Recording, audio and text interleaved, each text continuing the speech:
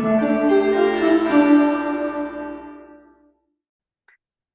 Maria. Hi, Natalie. How are you? Good, thanks. Welcome to the CCA podcast. And really happy that you took the time to be a guest today. I'm sure you have a lot of great knowledge and wisdom to share with our audience. So the first place I'd like to start is just to, introduce yourself to our community and what you think is important for people to know about you. Thank you. I really appreciate being in this space. I think it's amazing what you're doing. So I think it's wonderful to be able to share this moment with you. I am a PCC coach. I've been having an interesting career in coaching, mental health, everything related with human beings. And I'm originally from Colombia, have lived in Canada for a big chunk of my time, like over 20 years, but the accent is not going anywhere. And so that's a little bit of me. I started my path with, I was a certified chef, so a professional chef. I did pastry and culinary. And when I was in that industry, I became very interested with the impact that emotional eating has in every person. And because of that, I started working with people on emotional eating. And that was where my coaching path started. And that was just the beginning. Wow, what an interesting development. So, could you say more about that leap from chef to emotional eating? Like, what was it about that, you know, what drew you to sort of I guess, the human behavior that would lead to emotional eating? So it was a little bit of a personal journey. So I've been, for the most part, an entrepreneur. I've had different career paths. I've had business on real estate where I have built custom homes and sell them. I've had work for a private clinic in Toronto for kids with autism and helping from the marketing part on certifying and helping other people around the world to learn to use a specific method that helps keep within the spectrum. And when I was into the cooking, I had a catering company. And I would see people loving food, enjoying food. And that's been me all my life. I literally love food. I find it delicious. And because of that, when my daughter was born, my youngest, she was at Sick Kids Hospital for a while. And I found myself in a territory where I was struggling with food, where I was coping with food to survive the everyday and to be able to show up for my kid. And at that stage in my life, I decided to take my knowledge of cooking and dig deeper into nutrition and understanding human behavior. And I became Exhibit A. I did all the learning and all the practice on myself. And I found peace. And I was able to find different coping mechanisms that were not just food related and made a huge difference in my life. And I decided I wanted to help others. So that's one piece of it. The other part of it is I've always been a highly intuitive human being. Since I was a little girl, I would find myself in situations where I would think something would happen and it would happen.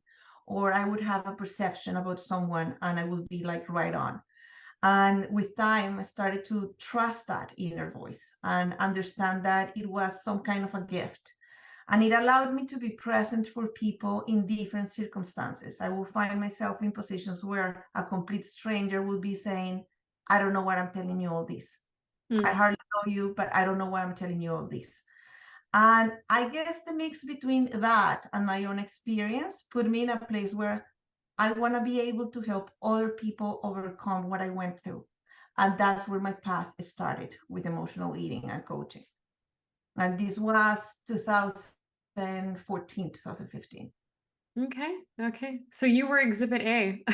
I like I that. was Exhibit A. I like that. And it came about so, I guess, organically for you. And one thing I heard you say was around,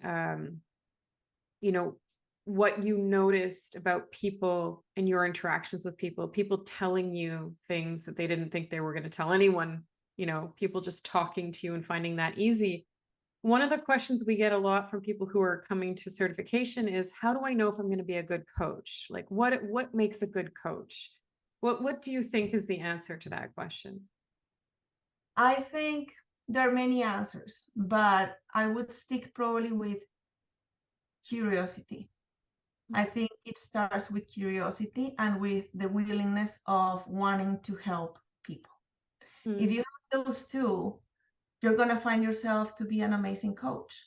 Because if you have the intent of helping others, but you're not curious enough to learn about their path, to ask the right questions, to put them in a place where they can reflect, then you're going to get anywhere. And if you have the curiosity, but you don't have the intention of helping out, then you're not going to get anywhere either. So I think if I had to choose one, I would say curiosity. Okay. And so you begin to help people with emotional eating, and that leads you to coaching. Can you say more about that path for yourself?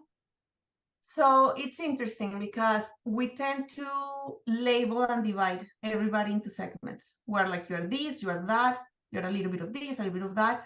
And we don't think of human beings as a whole. And I think coaching is a little bit of that. When I was working with emotional eating only, I was working with human beings. Same human being that is an executive coach, the same human being that is going through grief, the same human being that is having a challenging situation with their partner is the same person.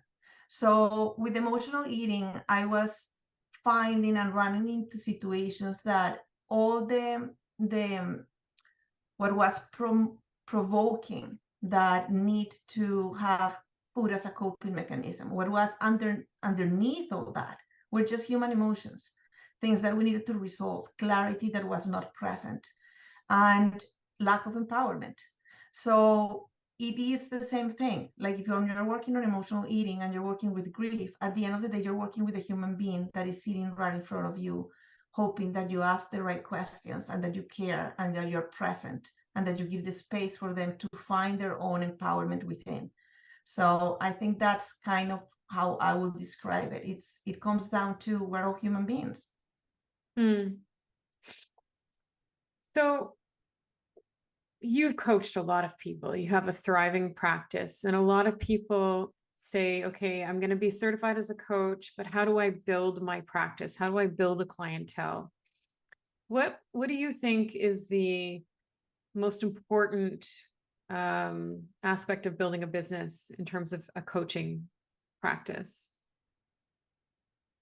Instead of a coaching practice, I think number one would be to go to a school or a certification program that is actually good, that they know what they're doing, that you can get something out of it.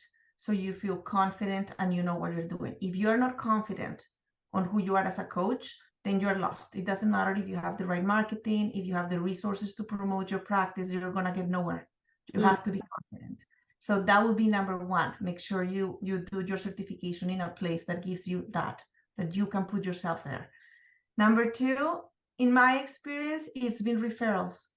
When you work one-on-one with someone on a coaching space, is so personal and so powerful that that person can bring you 10, and those 10 will bring you 10 more. And without thinking, all of a sudden your practice is packed. So if you practice working presency, like being present in the moment, with each client that you have, with each coaching session, that's going to bring you more. Like there's no question about it. I see people going and putting things on Instagram. Join this. I'm going to make you get 1,000 clients. I want to get you 3-figure numbers. And I don't know. For me, it's been organic.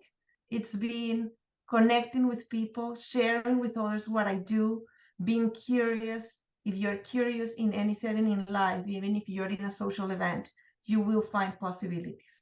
And when you find a possibility, that will turn into a client. And then that will turn into a full practice.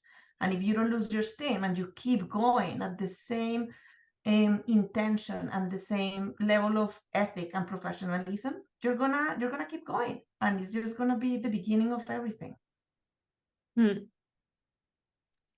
And one of the benefits of having a coaching practice is the fact that it can be global. Like today's coaching is really done virtually, for the most part. How has that, you know, that aspect of coaching, how has it helped you grow your business? I know that, you know, you have some a practice that stretches all the way to Colombia and the US. And so how has that, you know, global aspect helped your business? I love that part of coaching. Mm. My practice is super wide. I work with executives, for the most part, the typical CEO or a financial chief officer that is like super alpha male, pragmatic, that they need to get a little bit of that human side out. I am also very strong in working with couples for coaching and grief. And having that possibility of doing things online is just amazing. So you're right. I would say about 80% of my practice is US, and the rest is somewhere between Canada, South America, and Spain. And it allows me to work from anywhere.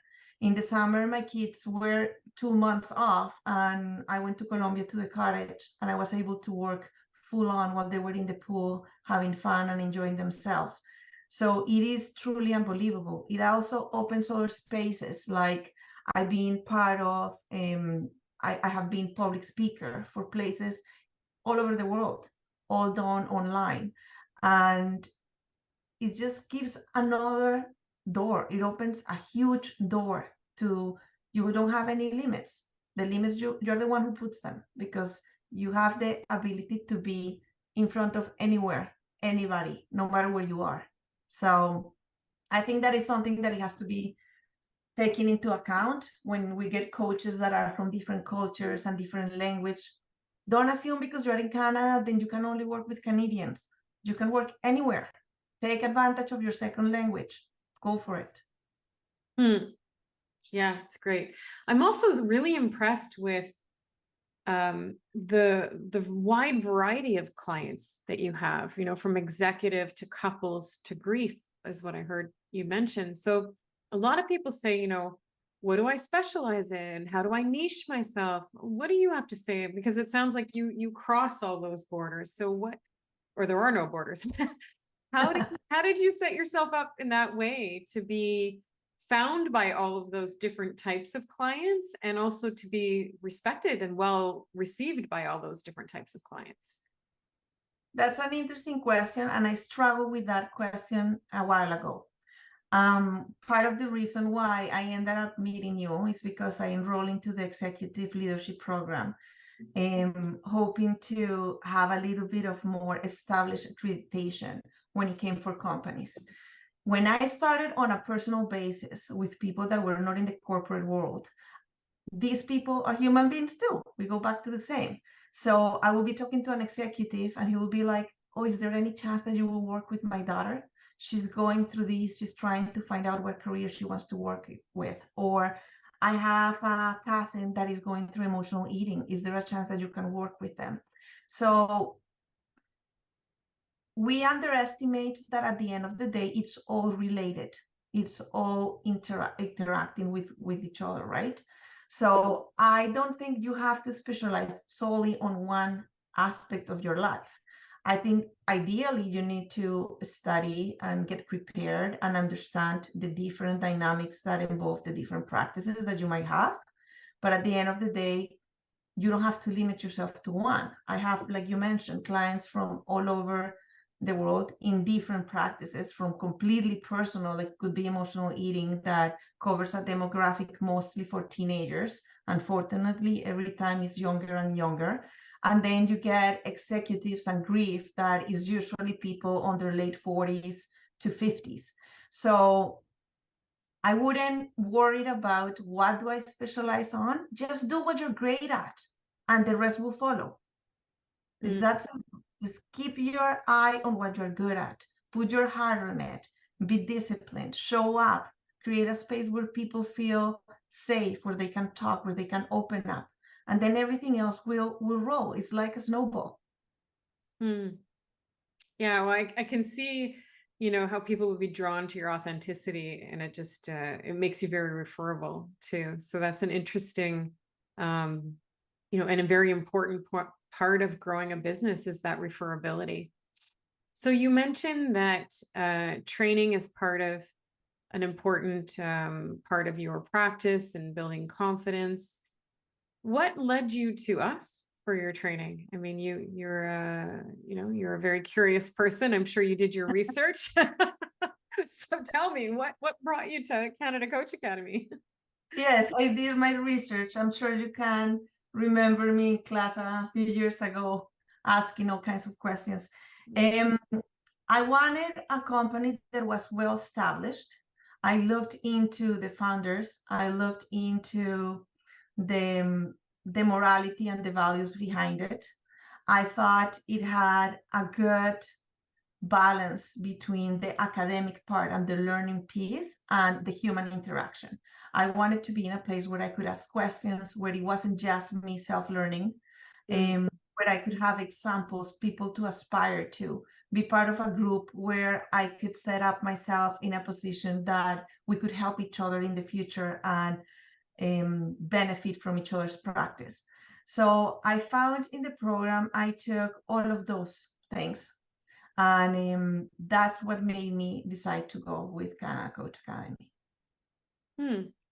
Interesting. And so what would you say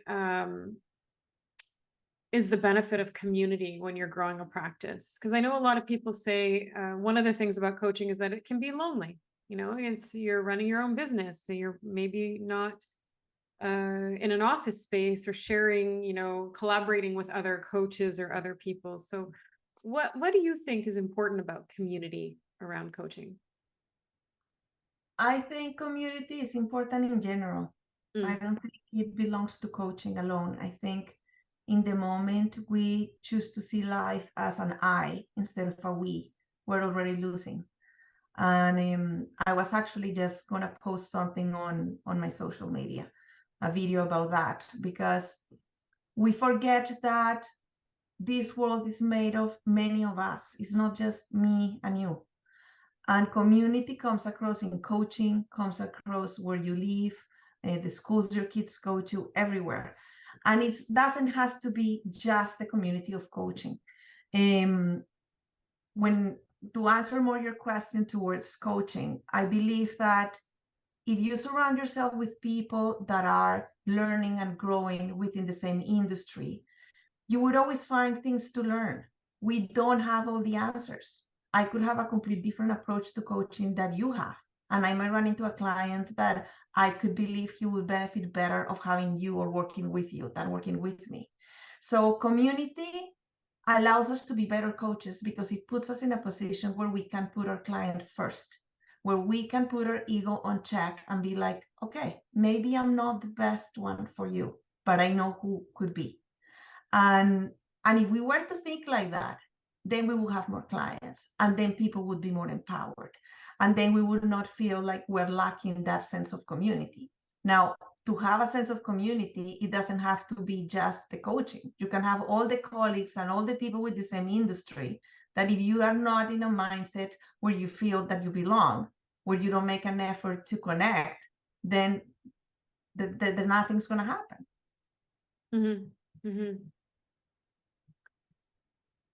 One thing that came to me while you were talking was that your coaching practice began before you became certified, if I'm correct.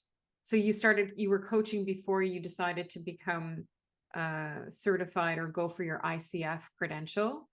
And so I was just wondering, like, what has anything changed in your practice since before and after ICF certification? You're now a PCC Level Coach, which is, a very distinguished credential to get from the ICF. What's changed for you since you've gotten your ICF credential? So my path started with other certifications that were not ICF. So I joined to get the ICF certification. I was at a level where I had the experience, I had the practice, I had the clientele, but I could see that there was a niche that I wasn't being able to get in because of lacking that certification. By getting that certification, many doors open.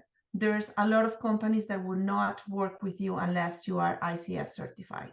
There's a lot of insurance companies in different countries that have benefits for employees where they can use a certain amount of money designated to personal growth, and they can use it towards coaching. Even in Canada, I have clients that their companies allows them, I don't know, like $2,000, and they can use it towards a bike to go cycling or to join a gym or anything that is related with feeling good about yourselves. And they've been able to use that to enroll into coaching. And the companies do need that certification. I guess there's the part of making it legit, and there's also the aspect of liability. In a way, if you are ICF certified, the liability for that company, for the rooster that you're working for, or for the outsourcing that is hiring you as a third party to work for a company, has an extra layer of safety where they know there's certain standards, certain regulations, and you just didn't decide to call yourself a coach. You actually did the work for it, and that has a value. Yeah, well said. I also notice even, when I was coaching more than facilitating, I noticed that banks actually are very particular about having ICF credentials when they're hiring coaches, and more companies are doing that. One of the things I wonder, because I know that you have a very strong commitment to continuous learning and education. So what's next for you in your development? What's next for me? That's a big question because I'm a dreamer. Yes. Yeah, I'm a dreamer. I love dreams. And I think that we need to have dreams and we need to make them happen, and we need to stop and acknowledge when they come true before jumping into the next ones. And there's certain things that I enjoy a lot. I enjoy public speaking. I like when I work with groups where I can see an interaction, where you're changing the dynamics, when you're being part of change right in front of your eyes, just by allowing people to show up and to ask questions that get them places that they can resolve things in a different way. And the outcome, it's a better teamwork or a better dynamic within a family. So when you say, what do I see for me coming? I'm hoping to get better reach. I just want to reach more and more people. I could be, I guess, I believe in the power of sharing from the heart. I believe in the power of acknowledging that we all have gone through different circumstances. We all have learned in a different way, and sharing those learnings, sharing those moments with other people creates a place where other people can show up and help more. So for me, better reach. I just want to reach more people at a bigger level, at a different scale, where I can show up and without even having a session, I can be part of their everyday and create some impact. As a matter of fact, there's a silly story about that. Because I have a lot of teenagers because of my emotional eating, they are a different generation with everything is technology. And they started telling me like a year or so ago, Maria, you should go on Instagram. You should go on Instagram. And I'm like, oh boy. I'm technologically challenged. This is not my forte. I'm like, no, there's no way, Jose. They're like, you have to do it. You have to do it. And I decided to jump on it. And that was the main motivation. And it might sound a little bit egocentric, but my main motivation was, even if I get to one person that is in their bed, scrolling through Instagram, feeling sad or feeling not motivated, and the right message comes to them and it can make a difference, that makes it worth it for me. So I guess that's where I'm at, just trying to reach out in different venues, different ways to get the message out there. I'm kind of giggling to myself because that sounds very familiar when I think, in fact, you even coached me, what, over a year ago, if not more, on doing this exact thing, a podcast.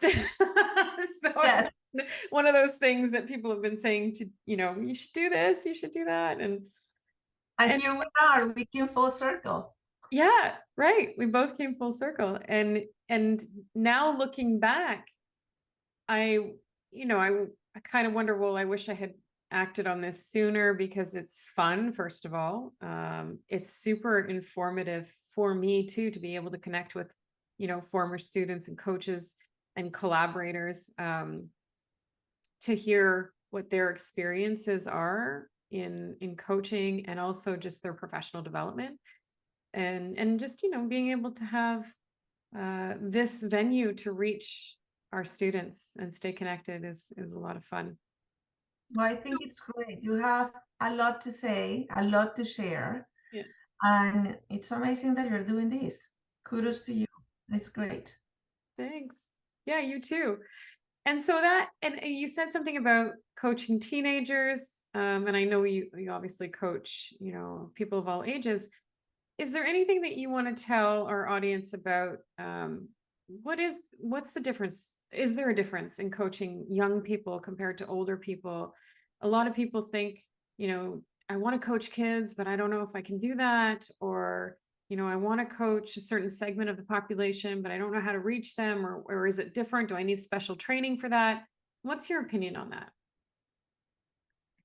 I think we have to be careful with it.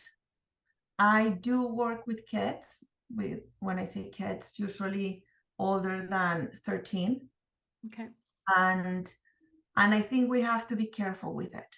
I only work with kids that the parents reach out, they explain to me what is it that they're looking for, and I would only work with the child if the child chooses to work with me.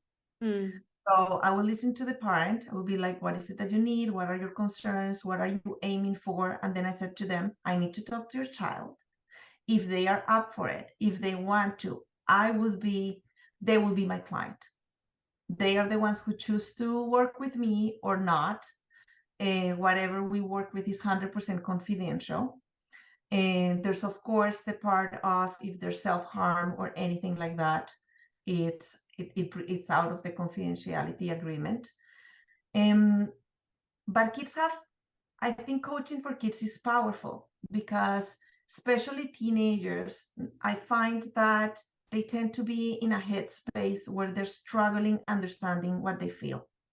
And I know we are not psychotherapists or psychiatrists, and it's a completely different field.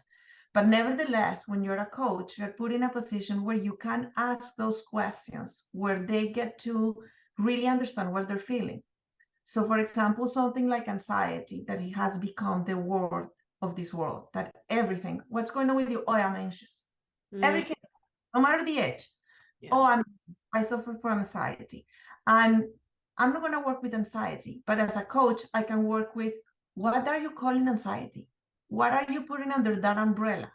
And then they start finding out that perhaps it's not anxiety, perhaps it's this excitement, or perhaps it's fear of something that is happening and they need to face it. So I think there's a lot of power on that. And as long as we do it in a responsible way with the right course of action, then it's something that should be explored. Yeah, and I think you're right to say there's a lot of responsibility in coaching youth, especially under 18, and parental involvement is also a key aspect. And what about confidentiality? Is it, how do you manage confidentiality when you're coaching youth and parents who may be involved, wanting to know, is my child okay? Wanting to support them. Is there anything that any kind of experiences that you have that have taught you something about confidentiality and the importance, other than, of course, our professional ethics and guidelines the ICF provides? Confidentiality is a big one for me, especially because majority of my youth clients are coming from emotional eating. Right. So in those cases, you're dealing with parents that are feeling they're worried. They feel they can't control the situation and they feel powerless. So of course, the natural feeling is to try to get answers. So I establish a confidentiality very clear from the beginning. Like I have a conversation with both parents and the teenager where this is the rules. They have to sign a contract where there's the clarification that whatever is discussed during session belongs to the child and not to the parents. When I see circumstances where I'm working on a coaching session with a kid and I see that it could be an importance to share that with the parents, I would say, can I make an observation? Can I make a suggestion? And if the kid is willing and open, I would say, how would it change if you were to share this with your parents? What is holding you from sharing this with your parents? Would you feel better if you did or if you'd not? So it becomes an opportunity as well to hold them accountable to the choices they're making by not disclosing information with their parents. And there's even been moments where they have said to me, would you be open to have a conversation with my parents? And we had held that session where all the information would come from the child, and I will be there just to facilitate the interaction between them and their parents. So I don't know if that responds what you were asking. Yeah, and I love that. I love how the supportive nature of that and the empowerment that you're offering the child or the youth, to you know to support a child to have a voice, and to feel confident enough to use that voice with their parents is a beautiful thing. So no, thanks for that answer. And you know what is beautiful there too? That when a child goes through a coaching session or a coaching process, they start to witness themselves that people can change, that they can manage things in a different way, that if they change the perspective, the results are different. So when they live that firsthand, then they are in a position where they're better equipped to give the parents the chance to change as well. Like if we're locked on the way we view people, then, and we believe we can't change ourselves, then how can we be in a place where we're willing to open that door for our parents to show up in a different way? And that door gets open once the kid experiences themselves that they can change. Therefore, maybe I should give a chance to my mom or to my dad or to my sibling to see how they show up for me. That's one of the things I absolutely adore about coaching, which is the past does not equal the future, right? That we're giving people permission to change as coaches and in a coaching conversation. And I think that's such an important piece that you're offering there. The labels and stereotypes that keep us stuck in a moment and not allowing parents even to change. I think that's such a great perspective. And you told me something super important, and is the past that you said is not coaching, it's not in the past. Right. I think that's one of the most empowering tools that we have, because when you are put yourself in a place where you're being asked what you get to do now, what are you going to do moving forward? How are you going to change your life today? Then you are taking away that weight of victimhood, that weight of justifying everything on what passed or what happened before, on, oh, I went through this, I lived this, I experienced this situation. And then you're put yourself in a place where, regardless of what you lived, what you experienced, who are you now? What are you going to do about it now, today? And that power, that is the power of moving forward. That's the power of not being stuck in the past. So one of the things we say in coaching is that it's a privileged position because people tell you the most intimate details of their lives. and also experience pretty profound transformation in a coaching conversation or over the course of a relationship in coaching. Is there any, one client or story that stands out to you in terms of personal transformation that you can say, yeah, you know what, that's what coaching is all about? Is there one in particular inspirational story that you want to share? Obviously, no names, but yeah. Wow, that's a good question. Mm.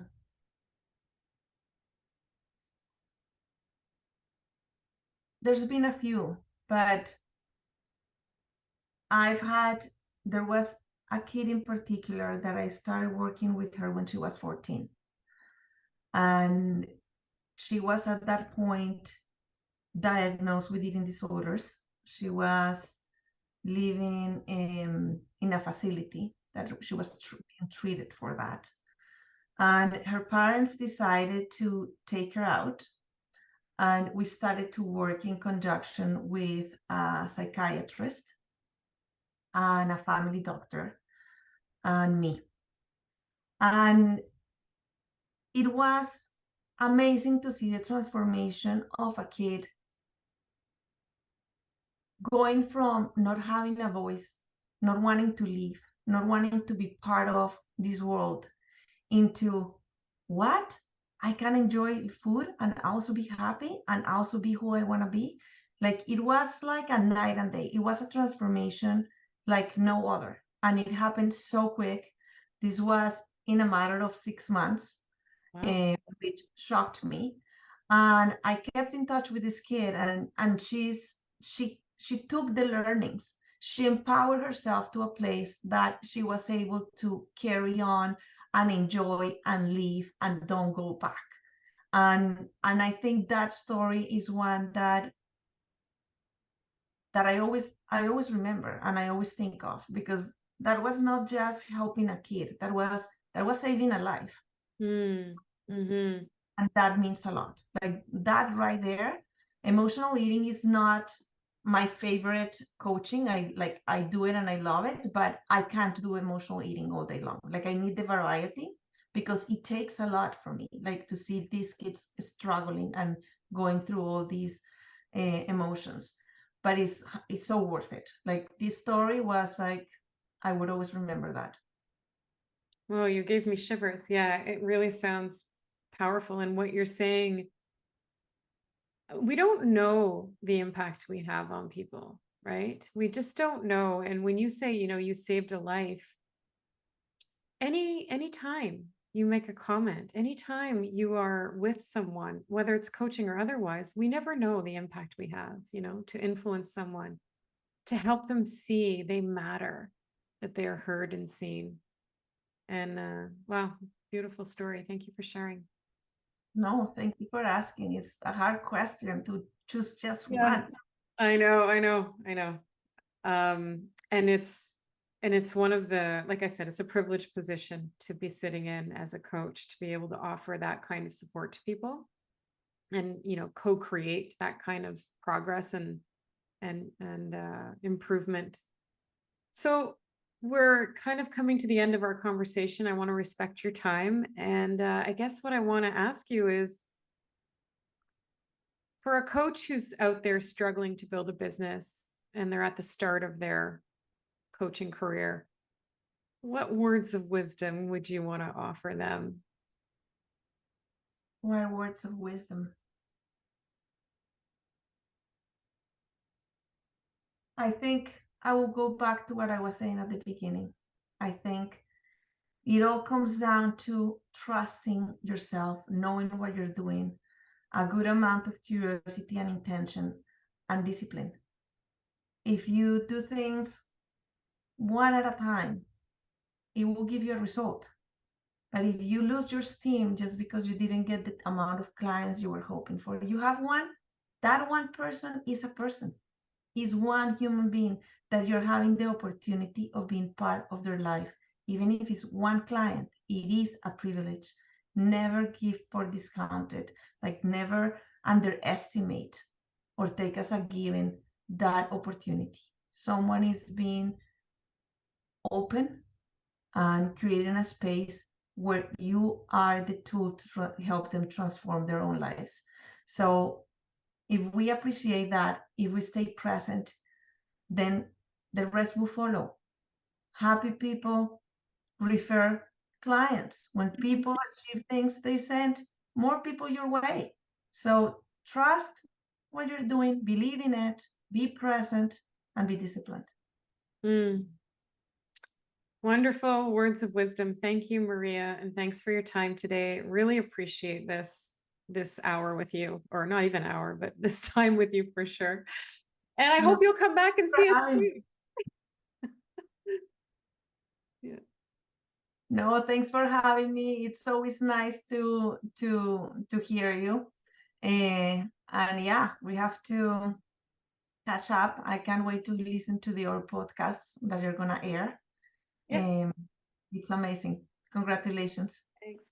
And I know you're on Instagram. If people can find you, we'll get your credentials and people can connect with you offline when we post. So they'll know how to. Thanks again.